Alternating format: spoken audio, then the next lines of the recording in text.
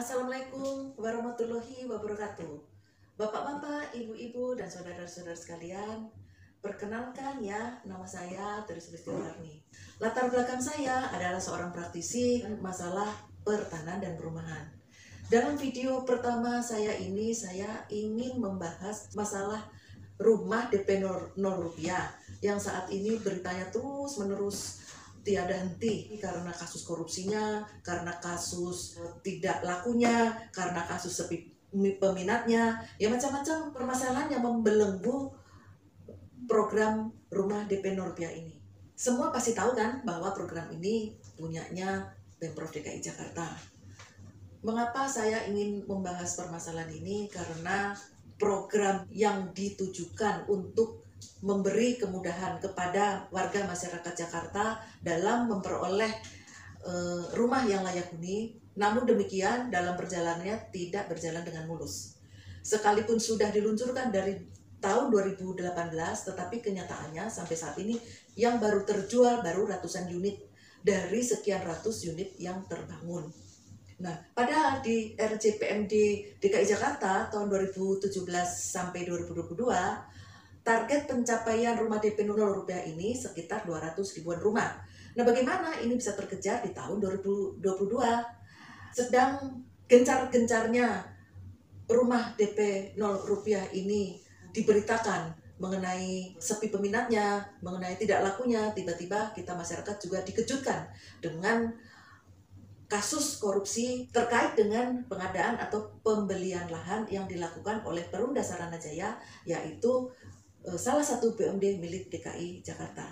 Nah, atas dugaan korupsi itu, KPK telah menetapkan 4 orang tersangka. Nah, bapak-bapak dan ibu-ibu sekalian, bagaimana kita akan memahami dan kita akan merunut mulai dari apa program ini sampai kepada hambatan dan kendalanya dan akhirnya tersandung kasus korupsi. Jika kita menyebut rumah DP 0 rupiah, maka pasti yang akan terlintas di pikiran kita pertama kali adalah ini adalah rumah kredit, yang artinya adalah rumah yang dibeli secara kredit menggunakan fasilitas KPR. Nah, proses KPR ini mekanismenya adalah harus atau wajib adanya uang muka atau down payment yang ditetapkan sesuai dengan ketentuan dalam peraturan Bank Indonesia. Jadi ketika suatu proses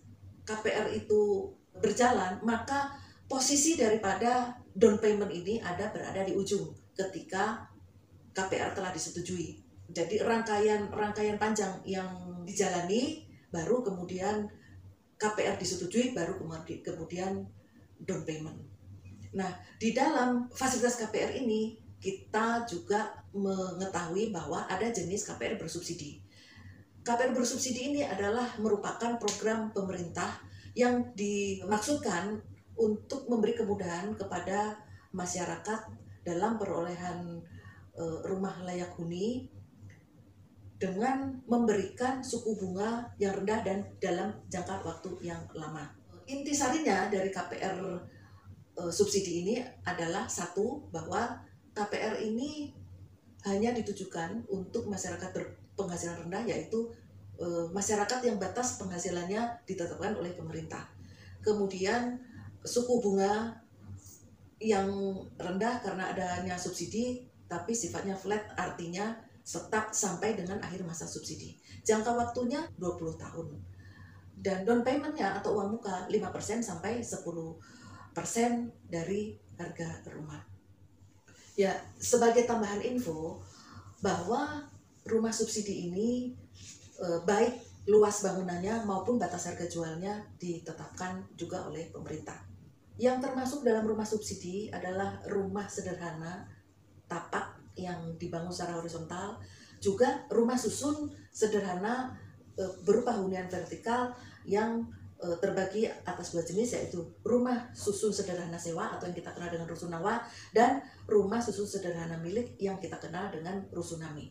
Rumah susun sederhana sewa atau rusunawa itu dibangun oleh pemerintah yang tujuannya hanya untuk disewa, sedangkan rusunami itu dibangun oleh pengembang termasuk BUMN BUMD yang tujuannya untuk dijual dan kemudian dimiliki. Nah, mengapa pemerintah hanya bisa membangun rusunawa? Hal ini terkait dengan peraturan perundang-undangan yang mengatur mengenai barang milik negara atau barang milik daerah, di mana dalam peraturan tersebut ada ketentuan bahwa untuk barang milik negara atau barang milik daerah berupa tanah dan atau bangunan, penjualannya atau mengalihkannya harus memenuhi persyaratan-persyaratan tertentu. Salah satunya adalah harus dengan persetujuan DPR atau DPRD.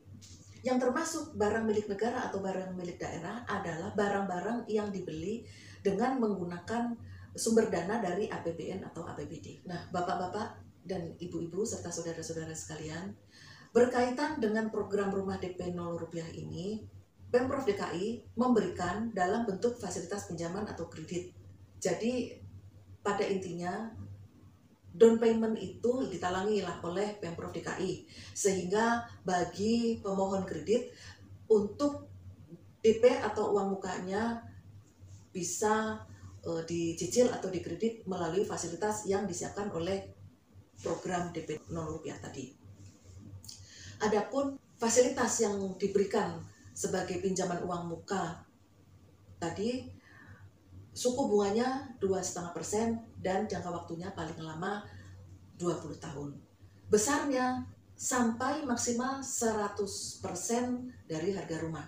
Artinya bagi pemohon KPR yang memanfaatkan program DP 0 rupiah tidak memerlukan atau tidak perlu mempersiapkan sejumlah kewajiban DP. Namun dengan memanfaatkan skema DP 0 rupiah, si pemohon KPR bisa meminjam uang yang disiapkan oleh Pemprov DKI.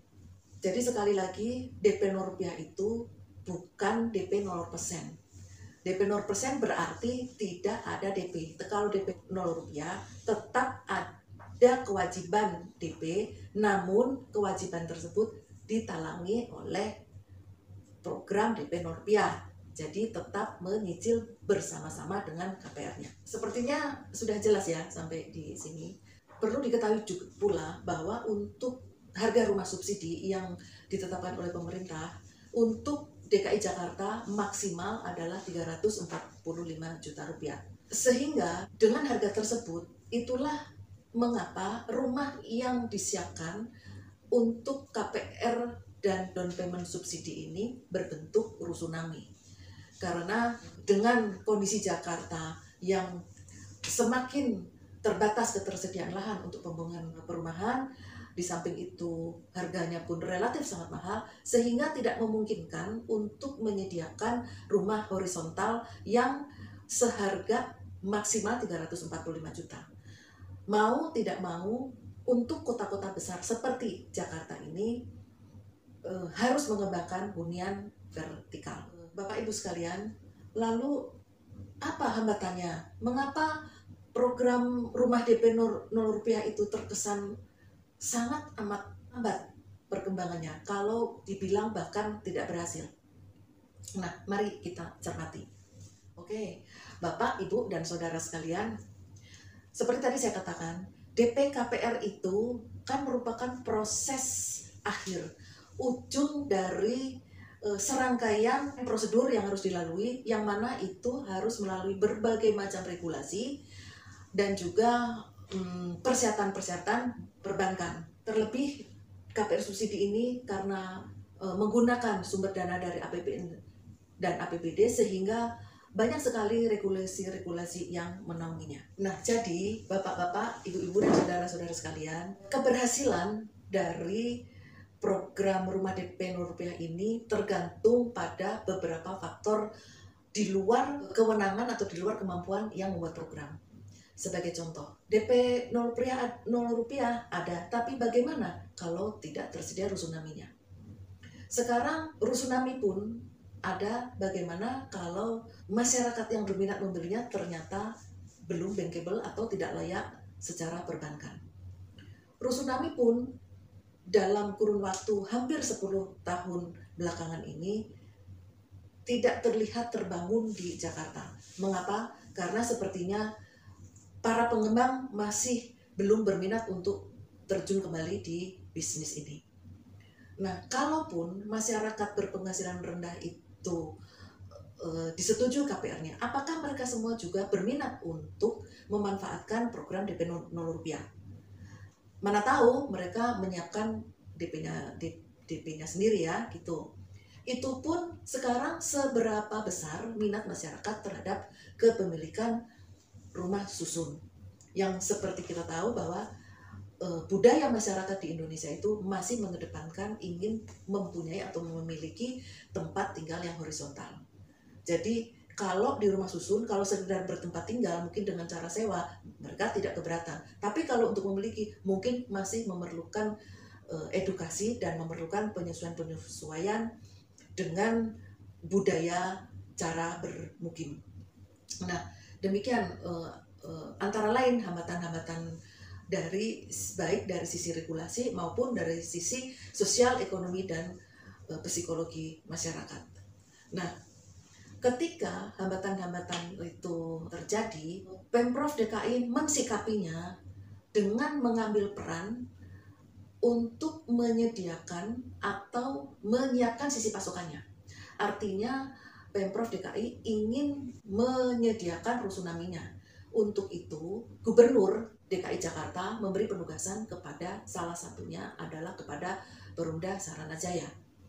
Berdasarkan penugasan itu, Perumda Saranajaya mendapat kucuran penyertaan modal daerah dari APBD tahun 2019 sejumlah 800 miliar dan APBD 2020 sejumlah kurang lebih 1,3 triliun. Konon, pada tahun 2021, APBD 2021, penyertaan modal daerah untuk Saranajaya kembali dianggarkan dengan jumlah 1,2 triliun. Nah, dengan berbekal penyertaan modal daerah tadi, maka Saranajaya mulai belanja-belanja tanah. Tanah untuk keperluan apa? Ya tidak lain adalah untuk keperluan pembangunan rusunami DP 0 rupiah. Dan ini tercantum jelas di keputusan gubernurnya tentang pencairan penyertaan modal daerah. Sebelum saya lanjut, saya ingin menekankan bahwa proses penganggaran itu kan melibatkan eksekutif dan legislatif. Jadi mulai proses perencanaan dan pengusulan oleh eksekutif kemudian diajukan ke legislatif yaitu ke DPR, di DPRD kemudian dibahas dan disetujui dan disahkan. Nah, berdasarkan pengesahan itu maka gubernur membuat keputusan pencairan. Jadi rangkaian penganggaran yang jumlahnya menurut saya cukup fantastis, terlebih di tengah masa pandemi ini ada proses yang dilalui mulai dari eksekutif, legislatif, balik lagi ke eksekutif. Nah, sekarang pelaksanaannya. Pelaksanaannya di dalam keputusan gubernur itu tertulis bahwa direksi yang menerima penyertaan modal daerah harus melaporkan mengenai penyerapan anggarannya per 3 bulan sekali kepada gubernur. Oke, kita lanjut dengan belanja-belanja lahan tadi. Nah, pada saat direksi Saranajaya dimintakan klarifikasinya mengenai belanja-belanja lahan tadi oleh Komisi DKI Jakarta, direksi mengatakan bahwa mereka telah membeli lahan seluas 70 hektar. Mungkin dari 70 hektar ini yang salah satunya seluas kurang lebih 4 hektar, itulah yang kemudian oleh KPK ditemukan adanya unsur tindak pidana korupsi. Tanah ini lokasinya di Kelurahan Munjul, Kecamatan Cipayung, Jakarta Timur. Agak berat saya soalnya agak nyesek gitu ya. Jadi begini, saya hanya berharap pembelian 70 hektar itu caranya atau prosesnya tidak seperti yang dilakukan terhadap proses pembelian tanah yang di Munjul ini. Tapi ya kita belum tahu juga ya, karena ketika direksi mengatakan pembelian 70 hektar itu di hadapan Komisi B DPRD, ketika ditanyakan lokasinya di mana, direksinya tidak tahu lokasinya di mana. Pun direksinya belum dapat menyajikan dokumen-dokumen tanahnya yang katanya sudah dibelinya itu. Ya, bagaimana ya? Aneh tapi nyata. Lucu, tapi ya ternyata terjadi begitu. Nah, proses pembelian tanah yang di Munjul itu, sekilas yang saya peroleh dari info-info di media bahwa tanah ini oleh pemiliknya dijual kepada PT A. Karena proses pembayarannya dilakukan bertahap-tahap, antar mereka masih dilakukan perjanjian pengetan jual beli. Dengan demikian, pasti sertifikat-sertifikat itu belum balik nama. Tapi anehnya pula, dalam kondisi seperti itu, si PTA ini tadi sudah menjual lagi tanah ini ke Perumda Saranajaya. Yang kemudian Saranajaya membayar penuh harga tanah itu sebesar kurang lebih 200 miliar. Jadi saya sendiri bingung, ini PTA menerima uang, mestinya dia posisinya sebagai pemilik yang kemudian sebagai penjual. Nah, ketika dia posisinya bukan sebagai pemilik karena sertifikat masih atas nama si pemilik lahan, jadi statusnya ketika dia membuat akte jual beli atau akte apa ya dengan Saranajaya, posisinya sebagai apa? Sebagai pemilik bukan, apalagi sebagai penjual. Apa mungkin sebagai kuasa? Saya rasa itu pun tidak mungkin. Mana bisa dia menerima kuasa dari si pemilik lahan sementara antar mereka masih terikat dalam suatu perjanjian pengikatan jual beli. Ya pastinya dalam pengikatan jual beli PTA itu adalah sebagai calon pembeli. Mungkinkah dia diberi kuasa untuk menjual lagi kepada pihak lain? Secara kaidah hukum itu tidak memungkinkan. Nah, tetapi tetap saja itu terjadi dan kejadiannya sampai Saranajaya membayar 200 miliar itu tidak memperoleh tanah. Ini kan bagaimana? Mengeluarkan 200 miliar tidak mendapatkan tanah. Nah, saya khawatir yang 70 hektar ini juga prosesnya seperti itu. Karena tadi si direksi tidak bisa menunjukkan lokasinya dan tidak juga bisa menyajikan dokumennya. Bapak-bapak dan ibu-ibu sekalian, kalau sudah terjadi seperti ini, lalu siapa yang bertanggung jawab? Pasti ada lah yang bertanggung jawab ya. Walaupun bukan tanggung jawab artinya tanggung jawab kesalahan atau tanggung jawab pidana, karena itu semua tergantung kepada hasil penyidikan. Tapi paling tidak bertanggung jawab atas tugas masing-masing. Siapa yang harus mengawasi, siapa yang harus meminta laporan, siapa yang juga menanyakan kepada direksi. Artinya Anda ketika memberi laporan penyerapan dana itu untuk pembelian lokasi tanah ini, lalu mana tanahnya, mana dokumennya?